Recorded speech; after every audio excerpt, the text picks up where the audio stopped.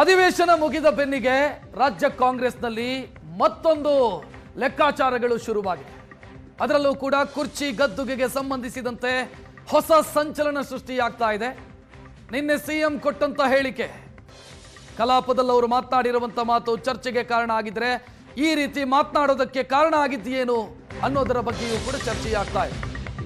ಕಾಂಗ್ರೆಸ್ ಕುರ್ಚಿ ಕಾಳಗದಲ್ಲಿ ಮತ್ತೊಂದು ಸಂಚಲನ ಸೃಷ್ಟಿಯಾಗಿದೆ. ಡಿನ್ನರ್ ಪಾಲಿಟಿಕ್ಸ್ ಬಳಿಕ ಪವರ್ ಶೇರಿಂಗ್ ಬಗ್ಗೆ ಮುಖ್ಯಮಂತ್ರಿ ನಿನ್ನೆ ಮಾತನಾಡಿದ್ದಾರೆ.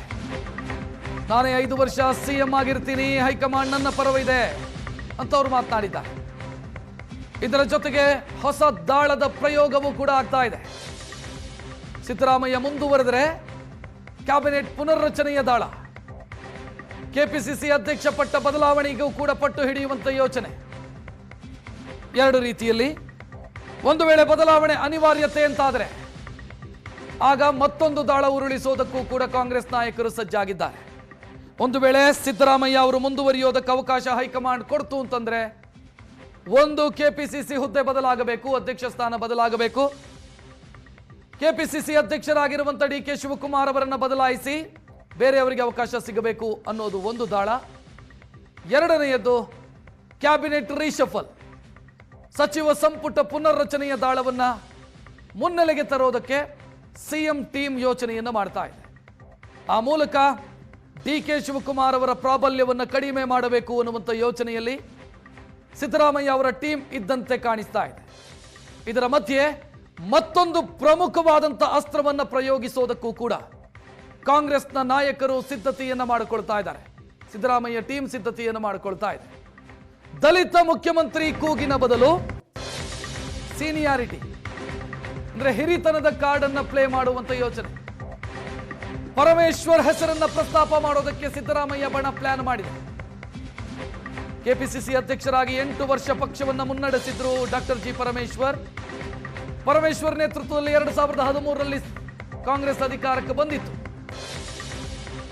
ಒಂದು ವೇಳೆ ಸಿದ್ದರಾಮಯ್ಯ ಅವರ ಬದಲಾವಣೆ ಅನಿವಾರ್ಯ ಅಂತಾದ್ರೆ ಡಾಕ್ಟರ್ ಜಿ ಪರಮೇಶ್ವರ್ ಮುಖ್ಯಮಂತ್ರಿ ಆಗಲಿ ಅನ್ನೋ ಅಸ್ತ್ರವನ್ನು ಪ್ರಯೋಗಿಸೋದಕ್ಕೆ ಸಿಎಂ ಬಣದ ನಾಯಕರು ತಂತ್ರಗಾರಿಕೆಯನ್ನು ರೂಪಿಸ್ತಾ ಇದ್ದಾರೆ. ಸಿದ್ದರಾಮಯ್ಯ ಮುಂದುವರೆದರೆ ಓಕೆ, ಬದಲಾವಣೆ ಆಗಬೇಕು ಅಂತ ಏನಾದರೂ ಹೈಕಮಾಂಡ್ ಬಯಸಿದ್ರೆ ಡಾಕ್ಟರ್ ಜಿ ಪರಮೇಶ್ವರ್ ಅವರ ಹೆಸರನ್ನ ಮುನ್ನೆಲೆಗೆ ತರುವಂತ ಯೋಚನೆಯಲ್ಲಿ ಸಿದ್ದರಾಮಯ್ಯ ಅವರ ಟೀಮ್ ಇದೆ. ಡಾಕ್ಟರ್ ಜಿ ಪರಮೇಶ್ವರ್ 8 ವರ್ಷಗಳ ಸುದೀರ್ಘ ಕಾಲ ಕೆಪಿಸಿಸಿಯ ಸಾರಥ್ಯವನ್ನು ವಹಿಸಿದವರು. 2013ರಲ್ಲಿ ಅವರು ಮುಖ್ಯಮಂತ್ರಿ ಆಗಬೇಕಿತ್ತು, ಆದರೆ ಅವರು ಕೊರಟಗೆರೆಯಲ್ಲಿ ಸೋತರು, ಮುಖ್ಯಮಂತ್ರಿ ಆಗೋದಕ್ಕಾಗಲಿಲ್ಲ. ಈಗಾದರೂ ಅವರಿಗೆ ಅವಕಾಶವನ್ನು ಮಾಡಿಕೊಡಬೇಕು. ಒಂದು ವೇಳೆ ಪರಮೇಶ್ವರ್ ಮುಖ್ಯಮಂತ್ರಿ ಆದರೆ ಯಾರಿಗೂ ಸಮಸ್ಯೆ ಆಗೋದಿಲ್ಲ. ಸಿದ್ದರಾಮಯ್ಯ ಟೀಮಿಗೂ ಕೂಡ ಸಮಸ್ಯೆ ಇಲ್ಲ, ಪಕ್ಷದಲ್ಲೂ ಕೂಡ ಸಮಸ್ಯೆ ಆಗಲ್ಲ. ಈ ವಿಚಾರವನ್ನು ಮುನ್ನೆಲೆಗೆ ತರುವಂತ ಯೋಚನೆಯಲ್ಲಿ ಸಿದ್ದರಾಮಯ್ಯ ಅವರ ಟೀಮ್ ಇದೆ ಅನ್ನುವಂಥ ಮಾಹಿತಿ. ನಿನ್ನೆ ವಿಧಾನಸಭೆಯಲ್ಲಿ ಸಿಎಂ ಮಾತನಾಡಿದ್ದನ್ನು ನೀವೆಲ್ಲರೂ ಕೂಡ ಗಮನಿಸಿದ್ದೀರಿ. 5 ವರ್ಷಗಳ ಕಾಲ ಮುಖ್ಯಮಂತ್ರಿ ಆಗಿರ್ತೀನಿ ಅನ್ನೋ ಅರ್ಥದಲ್ಲಿ ಅವರು ಮಾತನಾಡಿದರು. ಹೈಕಮಾಂಡ್ ಕೂಡ ನನ್ನ ಪರವಾಗಿದೆ ಅನ್ನುವಂಥ ಭಾವನೆ ನನಗಿದೆ ಅಂತ ಅವರು ವಿಪಕ್ಷಗಳ ಟೀಕೆಗಳಿಗೆ ಉತ್ತರ ಕೊಡೋ ಸಂದರ್ಭದಲ್ಲಿ ಮಾತನಾಡಿದರು. ಇದೆಲ್ಲವೂ ಕೂಡ ಸತೀಶ್ ಜಾರಕಿಹೊಳಿ ಅವರ ನಿವಾಸದಲ್ಲಾದಂಥ ಡಿನ್ನರ್ ಮೀಟಿಂಗ್ನ ಆಫ್ಟರ್ ಎಫೆಕ್ಟ್ ಅನ್ನೋ ಚರ್ಚೆ ನಡೀತಾ ಇದೆ. ಹೆಚ್ಚಿನ ಡೀಟೇಲ್ ನೀಡೋದಕ್ಕೆ ನಮ್ಮ ಪ್ರತಿನಿಧಿ ಮಾರುತೇಶ್ ಫೋನ್ ಸಂಪರ್ಕದಲ್ಲಿ. ಮಾರುತೇಶ್, ಈಗ ಪರಮೇಶ್ವರ್ ಅವರು ಮುಖ್ಯಮಂತ್ರಿ ಆಗಲಿ ಅಂತ ಬಯಸ್ತಾ ಇರೋದು ಅವರು ಮುಖ್ಯಮಂತ್ರಿ ಆಗಲಿ ಅನ್ನೋ ಕಾರಣಕ್ಕಾಗಿಯಾ ಅಥವಾ ಸಿದ್ದರಾಮಯ್ಯ ಅವರ ಕುರ್ಚಿ ಉಳಿಲಿ ಅನ್ನೋ ಕಾರಣಕ್ಕಾಗಿಯಾ? ರಕ್ಷತ್, ಎರಡೂ ರೀತಿಯಲ್ಲಿ ಕೂಡ ವಿಶ್ಲೇಷಣೆ ಮಾಡಬಹುದು. ಒಂದು, ಪರಮೇಶ್ವರ್ ಅವರ ಹೆಸರನ್ನ ಮುನ್ನೆಲೆಗೆ ತರೋದ್ರ ಮೂಲಕ ಡಿ ಕೆ ಶಿವಕುಮಾರ್ಗೆ ಅವಕಾಶ ಕೊಡಬಾರದು ಅನ್ನುವಂಥದ್ದು ಒಂದು. ಆ ರೀತಿಯಾದಂತಹ ಗೊಂದಲ ಏರ್ಪಟ್ರೆ ಪರಮೇಶ್ವರ್ಗಿಂತ ಸಿದ್ದರಾಮಯ್ಯನವರೇ ಮುಂದುವರಿಲಿ ಅನ್ನುವಂಥ ತೀರ್ಮಾನಗಳಾಗಬಹುದು ಅನ್ನುವಂತಹ ಕಾರಣದಿಂದಾಗಿಯೂ ಕೂಡ ಅವರ ಹೆಸರನ್ನ ಪ್ರಸ್ತಾಪ ಮಾಡ್ತಾ ಇರಬಹುದು. ಇನ್ನೊಂದು ಕಡೆ ಡಿ ಕೆ ಶಿವಕುಮಾರ್ಗೆ ಶತಾಯಗತಾಯ ಅಧಿಕಾರ ಬಿಟ್ಕೊಡಬಾರ್ದು ಅನ್ನುವಂತಹ ತೀರ್ಮಾನದಲ್ಲಿರ್ತಕ್ಕಂಥ ಸಿದ್ದರಾಮಯ್ಯನವರ ಬಣ ನಿಶ್ಚಿತವಾಗಿ ಪರಮೇಶ್ವರ್ ಅವರ ಹೆಸರನ್ನ ಹೇಳೋದಂತೂ ಖಚಿತ ಆಗಿದೆ. ಅದಕ್ಕೆ ಬೇಕಾದ ರೀತಿಯಲ್ಲಿ ಚರ್ಚೆಗಳು ಕೂಡ ನಡೆದಿದ್ದಾವೆ. ಮೊನ್ನೆ ಸತೀಶ್ ಜಾರಕಿಹೊಳಿ ನಿವಾಸದಲ್ಲಿ ನಡೆದಂತಹ ಡಿನ್ನರ್ ಮೀಟಿಂಗ್ ನ ಸಂದರ್ಭದಲ್ಲೂ ಕೂಡ ಈ ವಿಚಾರವನ್ನ ಪ್ರಸ್ತಾಪವನ್ನ ಮಾಡಲಾಗಿದೆ.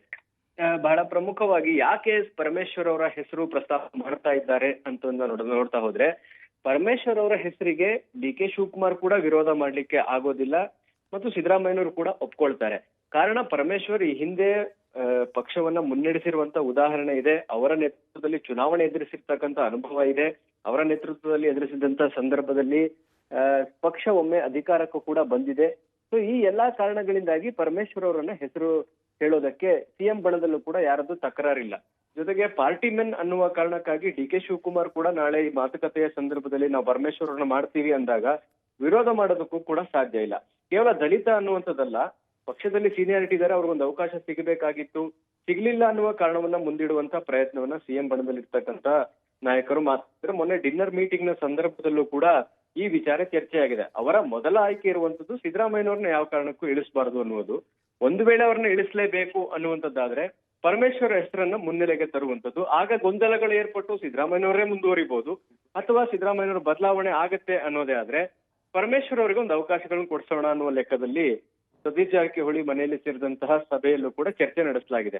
ಹೀಗಾಗಿ ಪರಮೇಶ್ವರ್ ಒಂದು ಹಂತಕ್ಕೆ ಈಗ ಇಬ್ಬರ ಜಗಳದಲ್ಲಿ ಮೂರನೇವರಿಗೆ ಲಾಭ ಅನ್ನುವಂತ ಆಯ್ಕೆ ಬಂದಾಗ ಪರಮೇಶ್ವರ್ ಅವರ ಹೆಸರು ಬಹಳ ಮುಂಚೂಣಿಯಲ್ಲಿ ಇದೆ ಅನ್ನೋದಂತೂ ಬಹಳ ಸ್ಪಷ್ಟ. ರಕ್ಷತ್, ಥ್ಯಾಂಕ್ ಯು ಮಾರುತೇಶ್ ಮಾಹಿತಿಗೆ.